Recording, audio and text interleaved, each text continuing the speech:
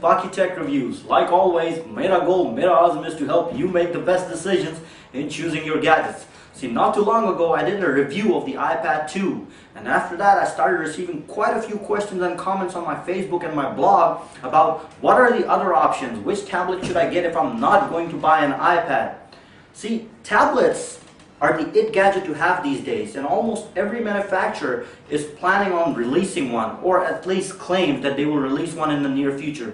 So I decided, rather than doing a review of each and every one that comes out, I should do this buying guide and help you make your own better informed decisions. There are a few key factors that you have to keep in mind while making your purchase of a tablet. So what they are, let's find out.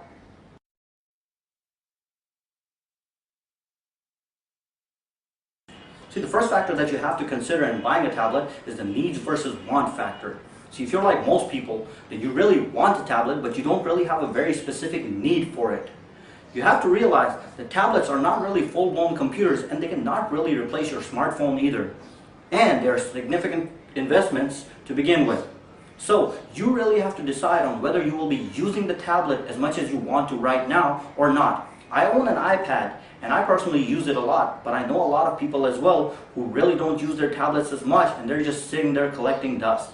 So that is one factor that you have to keep in mind before you pull out the cash and go buy a tablet.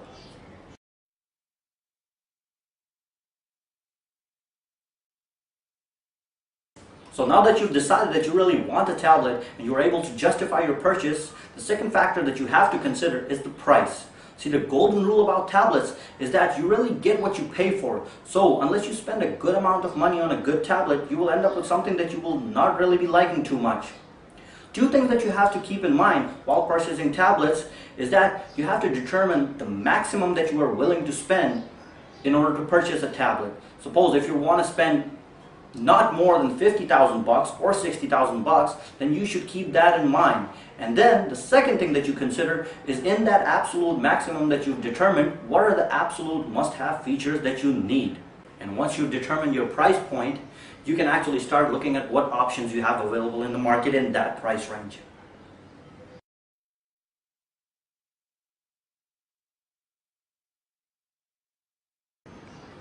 Another very important decision that you have to make while choosing your tablet is the choice of platform that you want to use. The two major options available for you are the iOS, which is available on the Apple iPad, and the Android operating system, which is available on a variety of tablets that are upcoming in the market. So you have to realize that the interface is something that you will be using most often, and you will be spending often hours a day on that interface. So that is something you have to be comfortable with. Keeping that in mind, you also have to realize that the apps available on the iPad are much more than apps available on the Android specifically made for tablets.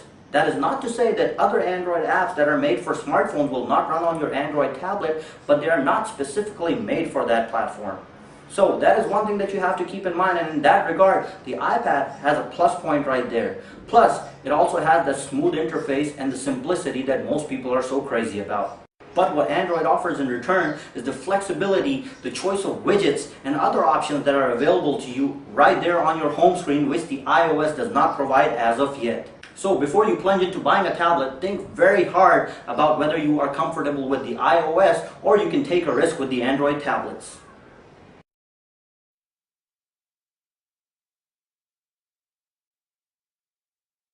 Once you've chosen the platform, the next thing that you have to make a decision with is the screen size and the dimensions of the tablet that you're willing to purchase. The most common screen sizes available in the market today are 7 inches and 10 inches. You can go as small as a 5-inch tablet with the Dell Streak, but that is totally a matter of your preference. In the 10-inch category, the points vary very slightly. Whereas the iPad has a 9.7-inch screen, the newly available Galaxy Tab is a 10.1-inch screen. But what you have to keep in mind is not this minuscule difference in real estate, but the screen quality and the resolution. So when you're making a buying decision, make sure you read reviews on the screen quality and the resolution of the product, rather than just the mere real estate difference on the screen size. Another very important thing that you have to keep in mind is the weight and the thickness of the tablet that you're carrying. See, tablets are handheld devices, and if you use them for an extended period of time, even a small amount of weight difference can make a huge difference in the comfort. I have an iPad, the older version, and the newer iPad 2 is about 33% lighter, but it makes a world of a difference when you are using it for extended periods of time. I simply love the way the iPad 2 is easy and comfortable to use. Also, what you have to consider when making a buying decision is how pocketable do you want your tablet to be. If you want to carry it in your pocket, I will seriously advise against going a 10.1 inch or a 10 inch category tablet. 7-inch tablets can fit into your pocket, although with a little bit of a struggle. And if you want real portability, then the Dell Streak is your only option. So it all boils down to how you want to use your tablet and how long you want to use your tablet for and what you are willing to do with it. If it's pure multimedia and you're going to be using it sitting down, then a larger screen size is recommended. But if you are going to be on the go a lot and you want it to fit into your pocket or a small handbag, then you should go with a smaller screen size.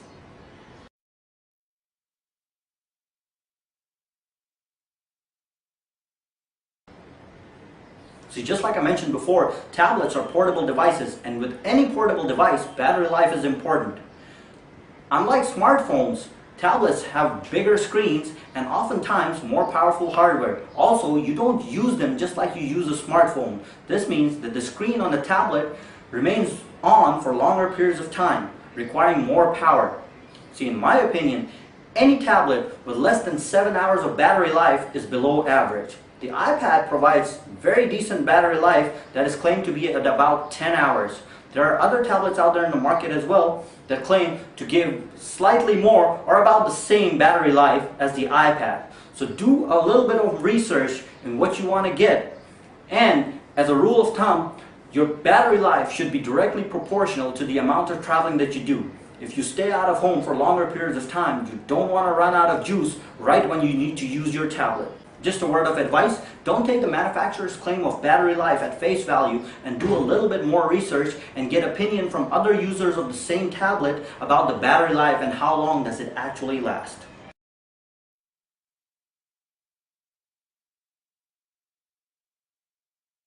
See, one thing tablets really are not is just simply big fancy touchscreens. They are very capable devices and they can do a lot more than you expect. However, if you just take the example of simple smartphones, people are used to liking the flexibility and options that additional accessories provide. Part of the reasons iPods and iPhones became so popular was the immense amount of accessories available for them through third-party vendors in the market. Well, the same stands true for the iPad. In this division, iPad is still king. There are a few accessories available for the other tablets available in the market, but they are very limited. As more and more tablets come out, more and more accessories will start coming out for them, but the popularity and the availability of accessories of the iPad is basically not matched as of yet. If you consider the variety of docks, cradles, speakers, and the super cool magnetic covers available for any tablet, the iPad reigns supreme. That stands to be a major plus point for Apple and its tablets in the market as of yet. So if you're the type of person that likes to buy a lot of accessories with their smartphones or their tablets, you might be better off going with an iPad. But if accessories don't really make or break the deal for you, then there are still other options available for you to consider.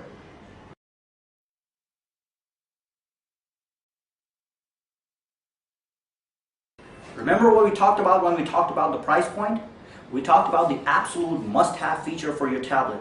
See, once you determine what you are going to be using your tablet for primarily, this plays a major role in your tablet buying decision.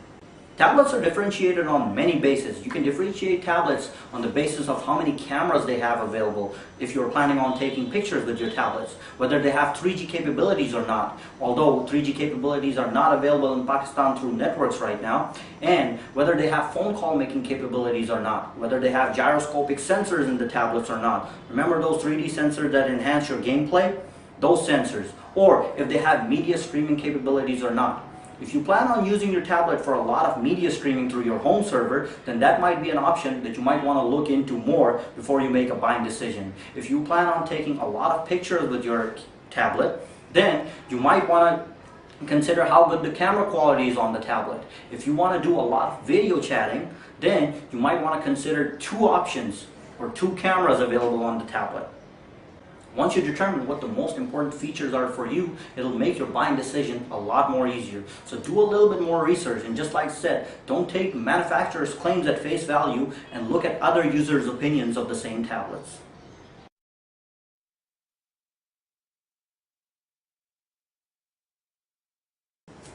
So in conclusion, it all boils down to what features you really want in a tablet and whether you really want a tablet or not in the first place. But if you ask for my personal opinion about whether this is the best time to buy a tablet or not, I would say no. See, the hottest and most happening thing amongst displays, which is a major part of any tablet, is 3D. Some manufacturers have already released 3D versions of their tablets, and a lot of manufacturers are claiming that they will be releasing 3D versions of tablets in the near future. As rumor has it, the up-and-coming iPad 3 might be an iPad 3D, but that is just speculation at the moment. So, if you can wait, I would seriously suggest that you do so and wait to see what better options come out in the near future. Some remarkable tablets that not only display 3D but are capable of recording images and videos in 3D are in the works or already available. So those are options that you should consider. But if you're like me and you really want to have something to play with at this point in time, you should keep these factors in mind while making your buying decision. Like always, if you have any additional questions, comments, or concerns, make sure you leave me a comment or a message on my YouTube channel, my Facebook page, or on my blog, and I will try to respond to as many as I can as soon as I can. And I will strongly urge you to follow us on our Facebook, blog, and Twitter, and also subscribe to this YouTube channel for the latest news, reviews, and updates. As always, I hope this video has helped. My name is Arslan, aka Pocky Techie, and thank you for watching.